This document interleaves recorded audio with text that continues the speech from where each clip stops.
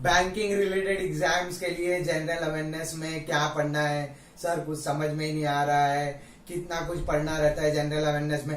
कुछ important listing किया हो, उस पर थोड़ा सा ध्यान देना, उसमें से ही आपको ज्यादातर मार्क्स मिल जाएंगे, मैक्सिमम मार्क्स मिल जाएंगे।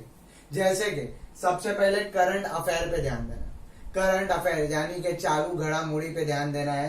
करंट अफेयर सर कहाँ से पढ़ेंगे, कुछ समझ में नहीं आता है। बहुत सारी मार्केट में मैगजीन्स मिलती है आप लोगों को, उस करंट अफेयर की मैगजीन्स को आप लोग हर महीने परचेज कर लीजिए। उसमें आराम से 60-70 पेज का जनरल अवेयरनेस करंट अफेयर से ताल्लुक रखता है, और उसके बाद में कम से कम 200 क्वेश्चन तो हर मैगजीन में मिलते ही है जनरल अवेयरनेस के ऊपर, करंट अफेयर्स के ऊपर, जिसमें सारी चीजें कवर होती है।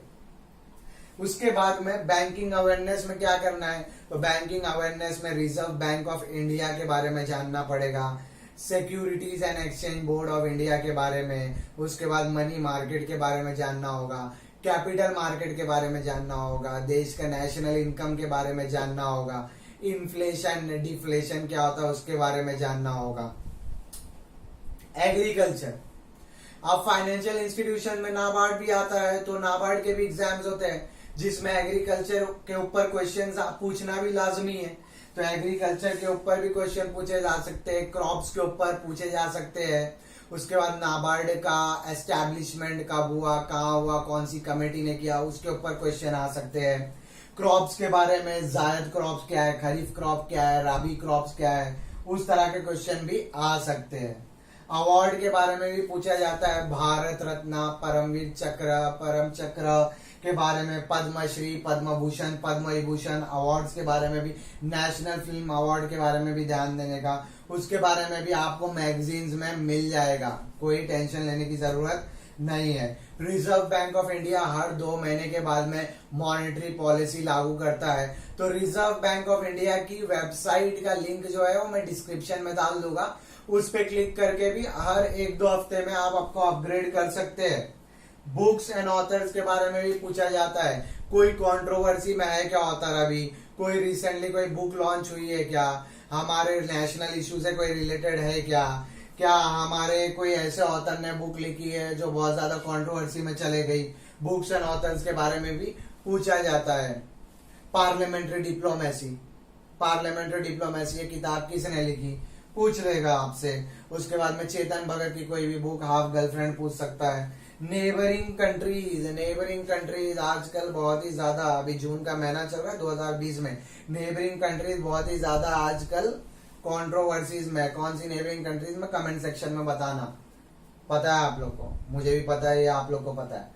Banking terminology, banking terminology, IFSC code क्या होता है, कितने डिजिट का होता है, MICR कोड क्या होता है, कितने डिजिट का होता है, स्विफ्ट कोड क्या होता है, स्विफ्ट कोड क्या होता है, SWIFT society for world wide interbank financial telecommunication code क्या होता है, कितने डिजिट का होता है। CVV क्या होता है, CVC क्या होता है, आपके क्रेडिट कार्ड डेबिट कार्ड पे बता देता हूँ, क्रेडिट कार्ड डेबिट कार्ड पे एक CVV कोड रहता है, 3 डिजिट का कोड रहता है, मैं अपना CVV कोड नहीं बताऊंगा। उसके बाद में आपसे पूछा जा सकता है कि GST का नंबर कितने डिजिट का होता है। उसके बाद में आपसे पूछा जा सकता है बजट के बारे में, बजट जिसको article number, constitution of India में जिसको आर्टिकल नंबर 112 में डिफाइन किया गया है, बजट का नाम क्या है, आर्टिकल 112 में पूछा जा सकता है। उसको एनुअल फाइनेंशियल स्टेटमेंट बोलते हैं। बजट सबसे पहले किसने लागू किया, बजट कब लाया गया, बजट ये साल कब लाया गया, किसने लाया, कितना करोड़ रुपया कौन से इंस्टीट्यूशन को मिला, कौन से ऑर्गेनाइजेशन को मिला। निर्मला सीतारमन हमारे फाइनेंस मिनिस्टर ने कितने बार बजट लाई है, निर्मला सीतारमन क्या पहली वुमेन फाइनेंस मिनिस्टर है क्या, वगैरह वगैरह। उसके बाद में गवर्नमेंट स्कीम्स के बारे में आपसे पूछा जा सकता है। गवर्नमेंट स्कीम्स लगभग 5 साल के टेन्योर में पिछले बीजेपी का गवर्नमेंट ने लगभग 112 से 120 तक गवर्नमेंट स्कीम लॉन्च किए थे। अब उस गवर्नमेंट स्कीम को कैसे याद रखना है, कोई टेंशन लेने की जरूरत नहीं है। करंट अफेयर्स में हर महीने लगभग 5-6 जो गवर्नमेंट स्कीम लॉन्च होती है, स्टेट की तरफ से भी सेंट्रल की तरफ से भी, वो सारा का सारा डिटेल आपको मैगजीन में मिल जाएगा। मैगजीन के नाम भी मैं डिस्क्रिप्शन में लिख दूंगा कौन सी पढ़ना है। कंट्रीज, कैपिटल, करेंसी बहुत ही इंपॉर्टेंट। अब आप बोलेगे सर 200 से ज्यादा कंट्री है दुनिया में, ऐसा थोड़ी होता है सर, हम लोग क्या 200 कंट्री याद करेंगे क्या, 200 कंट्री पढ़ेंगे क्या? अमूमन तौर पे वो कंट्रीज पढ़ना है जिसका एग्जामिनर पूछ सकता है क्वेश्चन। कैसे पूछ सकता है, क्या पूछ सकता है, आगे भी वीडियोस डालूंगा ना, बताऊंगा ना, क्यों टेंशन ले रहे हो। कैपिटल, उसकी राजधानी, उसकी करेंसी कौन सी है, टेंशन लो ही मत। सिर्फ क्या क्या पढ़ना है, किस किस चीज पे ध्यान देना है, आज के बाद आपका परसेप्शन बदल जाना चाहिए। जब भी आप न्यूज़पेपर वगैरह पढ़ोगे, जब भी आप कोई इंपॉर्टेंट ऐसा आर्टिकल पढ़ोगे, तो उसमें आपको ये सारी चीजों को मद्देनजर रखते हुए चलना है आगे। उसके बाद में जू पूछ सकता है, इंडिया में कितने जू है, इंडिया में नेशनल पार्क कौन से स्टेट में कौन सा नेशनल पार्क है, कोई भी नेशनल पार्क का नाम दे देगा। जैसे कि फॉर एग्जाम्पल पन्ना, तो आप पन्ना बोले तो दिमाग में आना चाहिए मध्य प्रदेश।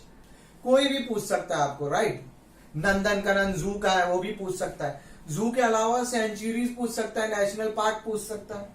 डांसेस, आप बोलेंगे सर डांसेस ये क्या है, ये पूछने लायक है क्या?